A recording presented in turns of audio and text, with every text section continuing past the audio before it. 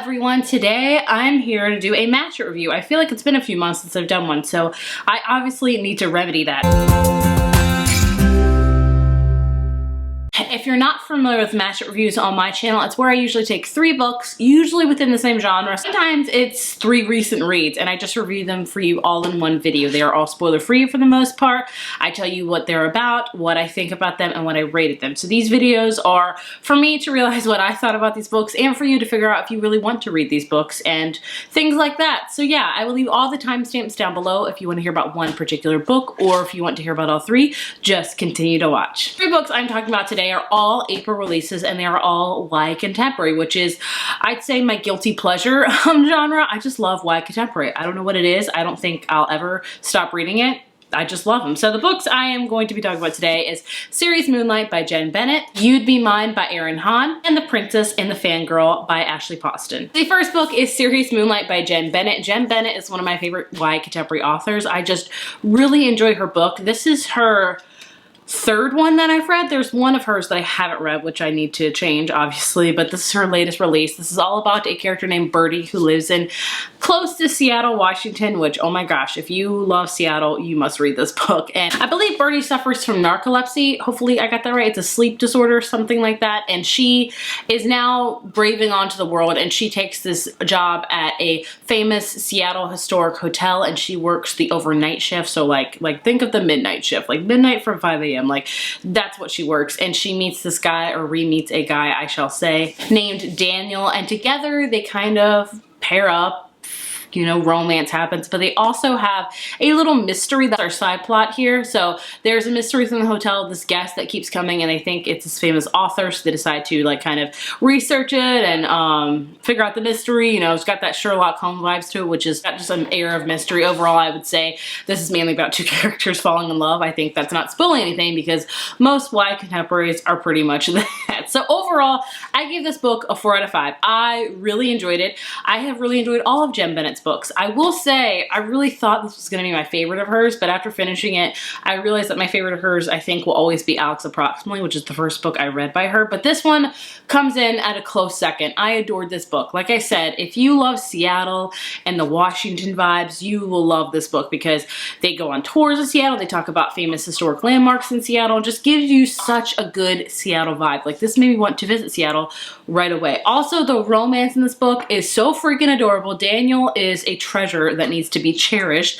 He is a very amazing guy. He's understanding. He, you know, puts others first. He, you know, they're both adults. I dare say that this is almost like an adult book because both of these characters are like 18, 19. So sometimes YA contemporaries, you get the younger side that's 15 or 16, then you get the older side of YA contemporary. So I don't know what to classify that as, new adult or adult. I don't know, but either way, the romance was really adorable. The one thing I didn't love in this book that towards the end, it's not a spoiler by any means, at least I don't think so. There was a confrontation, I think, that didn't even need to be in there. It kind of just came up out of thin air. Like, it was just presented and it was over like in a blink of an eye, and I thought that was just to help the plot move along. I didn't really love it. The mystery part I also didn't love. Like I said, the whole mystery is about this guy that comes to the hotel every single week, and they think it's this famous author, and he's a very reclusive guy, so they decide to hightail him and things like that. At first, I really loved the mystery aspect. I thought it was very interesting, but by like middle to the end of the book, I was kind of over it. I just thought it didn't really add much to it because I was much more invested in these characters, like just going on a tour of Seattle for the day, and like I was there for that. But the mystery, like, I loved it, then I didn't love it, then I was wishy-washy about it. So overall, all these are going to be probably really short reviews because they are YA contemporary books, and you know, I finished these so quickly because they are like cotton candy, just sugary sweet reads that I adore. I would recommend this book. If you love YA contemporary books, I would recommend it. I'd say if you love romance, I would recommend it. I'd say if you love Seattle, definitely recommend it. Overall, it was adorable. I loved it. 4 out of 5. Would highly recommend if you are in the market for a really cutesy, lovey-dovey book. And a great summer read too, I think, as well. Moving on to You'd Be Mine by Erin Han. This is a debut novel, I believe. This is a very short read, only like 300 pages at most. Not even 300 pages, like 250, I believe. It's a short sucker of a book. This is about 2 characters. We follow Annie and Clay. Clay is a very big country music star. Think, honestly, of Luke Bryan. If you've heard of him, here's him. Obviously a much younger version of Luke Bryan. I mean, like, I don't know, I don't keep very much into the country music scene. I don't really like it. I used to when I was a lot younger because my mom loved it. My best friend loves country music. I kind of don't. But throughout the whole time, I just pictured him as a really young Luke Bryan, especially because he sung about like fishing and beer and making out at night and stuff like that. Or like maybe like a Sam Hunter. Is that his name? I don't know. I'm bad at country music, but he's a younger guy. He's a younger country musician. He's around 18, 19, and he is very mega famous for singing all those songs, but he's got a little bit of a image problem. Like, he gets in trouble, he drinks underage when he shouldn't because he's only like 18 or 19, and he gets in a lot of brawls, and basically his reputation is not doing so great. So the label makes Clay get an opening act of Annie, and Annie is an up-and-coming country music star as well. Her mom was a very famous country musician, and she died tragically. You figure out how in the book, but basically Annie goes on tour with Clay for the summer. That's all you need to know. She opens up for him, romance happens. This book I thought was going to be a sugary sweet book, and it is that, but it has a lot more depth than I was expecting. I thought it was going to be, you know, country music, touring, like Johnny Cash and June Carter, which they have a troubled past as well. But I thought it was just going to be that, you know, touring music thing, and it was all that, but it had a lot of depth. Like I've said, it talks a lot about alcoholism, it talks a lot about addiction, suicide, fame, and how it really affects you. Just a lot of things like that. So trigger warnings for all of those, obviously. Basically, Annie and Clay form a relationship and things happen, and they both have really troubled past. Clay deals a lot with things that happen in his life, with his family, and Annie does the same. She's a really troubled past regarding her parents and the death of her parents and how that really has affected her. So basically, these two characters get together, and it's a rocky relationship. There were some parts where I was very much like rooting for them. There were some parts where I was like, this is very toxic. I don't know if I would recommend it to be together.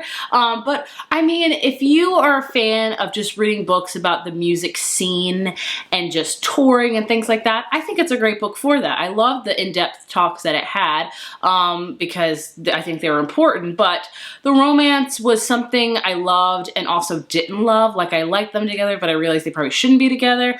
And by the end, I feel like things were just too cookie cutter. Like, I feel like it just kind of jumped ship, honestly. Overall, I gave it a 3 out of 5. I would say it's a good debut novel, and I was really invested in the storyline and these characters. I really love the whole country music scene and how they have songs embedded in them as well. You get to see the writing process and things like that. But young adult book about two teens that have a very troubled past and a lot to do with their parents and things like that. So overall, I think it's a good summer book. If you're looking for a good cutesy summer book with a little bit of like gut punch with the in-depth and, you know, trigger things it talks about, I would recommend it in that regard. If not, if you're just looking for a straight up really cute book, I don't know if this is the one for you. So 3 out of 5.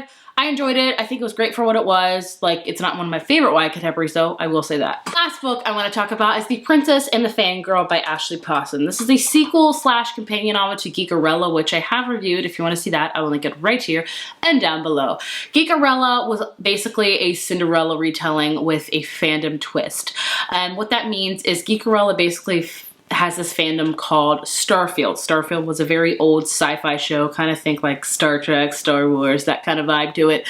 And our main character in that book, Ellie, was invested in that fandom. Her father, who's died, Cinderella retelling, like I said, made this con for it and everything. And basically, in Geekerella, they're reviving Starfield into a movie, and Ellie gets to meet the lead actor and ... You can guess what happens from there. So this goes off on that. So in this book, we follow Jessica Stone, who is an actress in Starfield. So she's playing opposite the lead that was in the first book. So catch my drift how it's kind of a companion.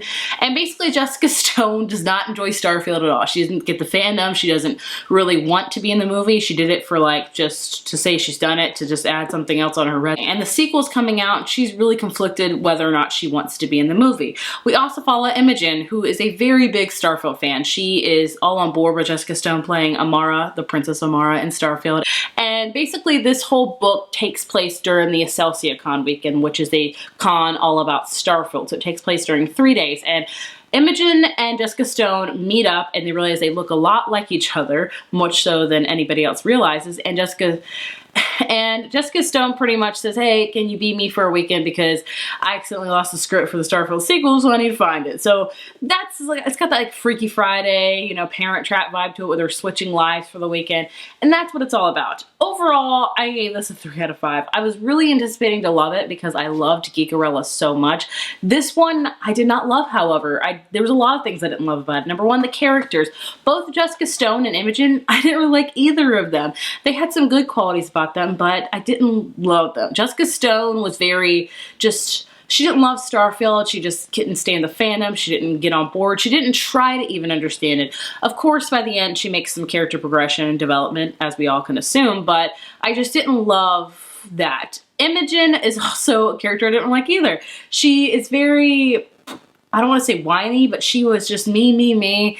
This is not about me, it's about Jessica Stone, playing all the time, and I just didn't enjoy either of the characters. Love interest, they both had love interests as well. I thought that Jessica Stone and Imogen would get together. No, that's not spoiling, at least I hope not, I'm sorry. They both have separate love interests. I didn't enjoy either of them. I thought it was very insta-lovey. Obviously, I can expect that with YA contemporaries, but this book takes place during 3 days. Sometimes insta-love can do well in those regards.